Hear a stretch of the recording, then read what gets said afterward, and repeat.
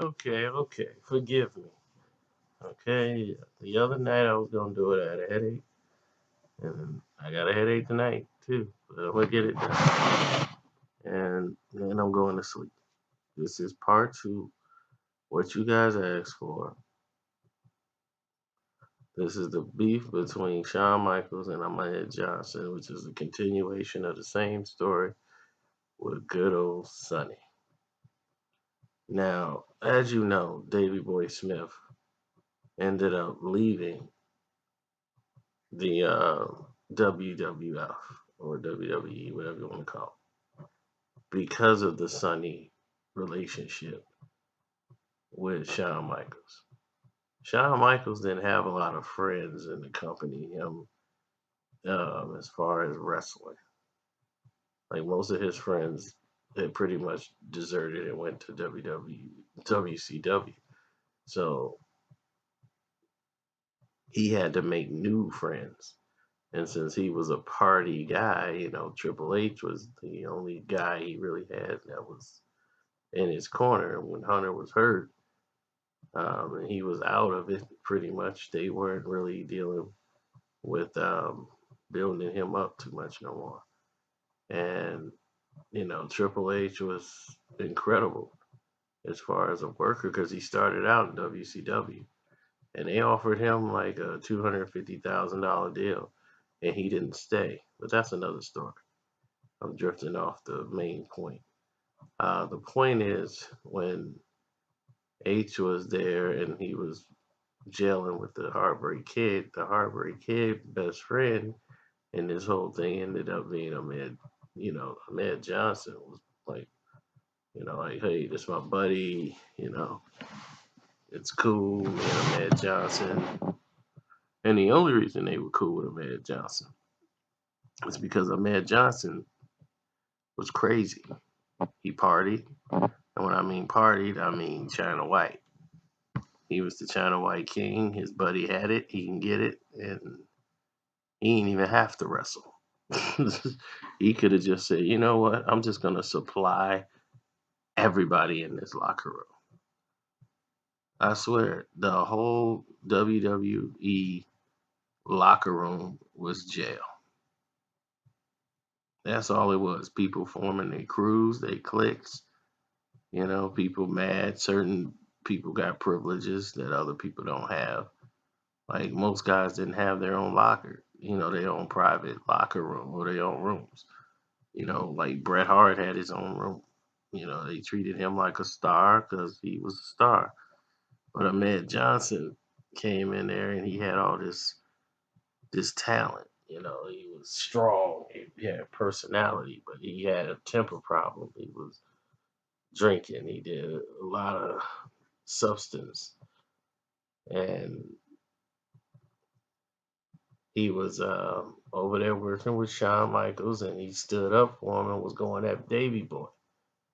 So Shawn Michaels and Davy Boy was having their little things on the television screen and off it, and it was basically more entertaining off it than it was on it. And Ahmed Johnson had Shawn's back, like they was homeboys. Then he hanging out with him and Sonny. They all kicking it. When you got people who got habits, they do things.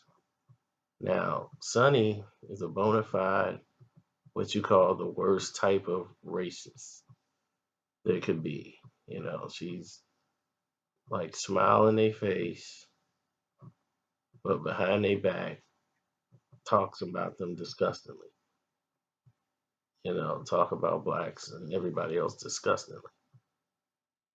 Like she sat there and was telling the people in line, I never would sleep with a black guy. Ew. You? Are you kidding me? You? You slept with Ahmad Johnson and lied. She's the type who sleep with black people and then sit there and deny it because she's embarrassed because she knows the way she was raised. That was frowned upon. So, and she was doing it for drugs. So she was messing around with Ahmad Johnson. She messed around with a couple of people. But she know if she had said those names, certain people wouldn't have approved of her in her circle.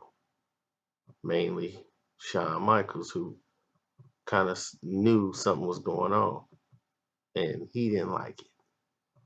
Then Ahmed Johnson won the Intercontinental title, and things changed. I think he was the first black to ever win an Intercontinental title, and that changed the whole relationship between him and Shawn Michaels. Shawn became evil, started going up there telling Vince about Ahmed Johnson's activity.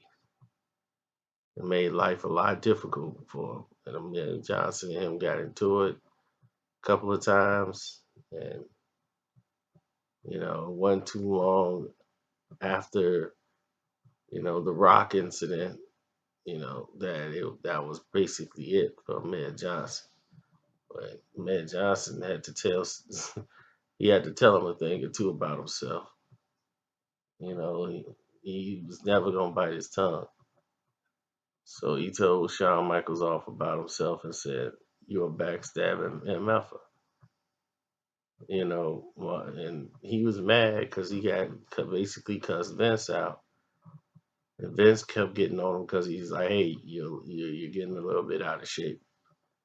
And in the locker rooms, they got these little resistant bands. You could pull them on, work out on them and have your arms and muscles all pumped before the match. And Ahmad Johnson don't want to do that because he's like, I don't want to do that and get my muscles all the way out. And he's like, I've never been that kind of guy anyway. I just been naturally big like this. I wasn't big because I just lift a whole bunch of weights. I'm naturally strong. So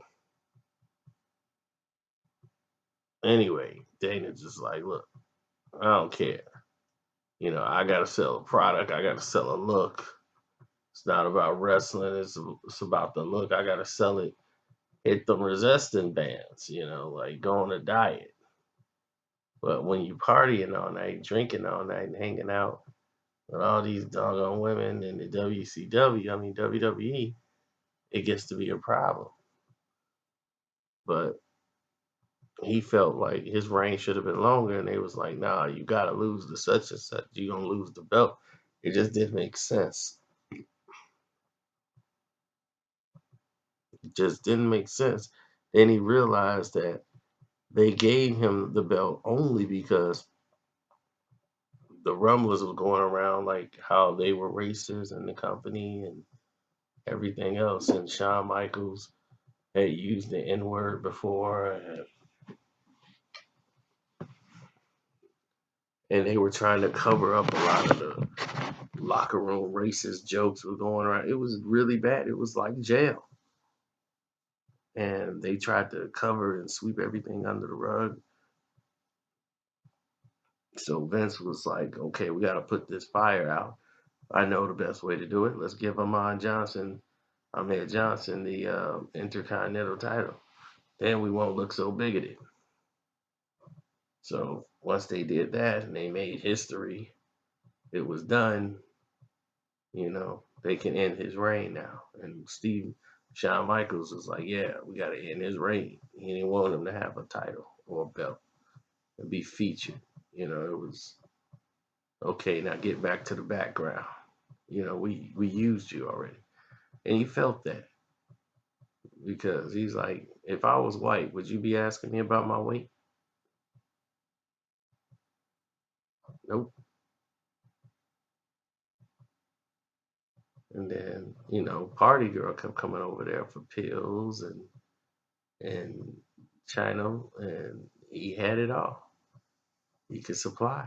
So it's nobody saying she was in love with him, but that's the only reason she showed up. She was the Black Widow. She mates and then she kills the entire industry. Next thing you know, everybody had to go. Vince had to clean house after he found out who the real problem was. Or did he know all along? Well, that's another story. I'm out.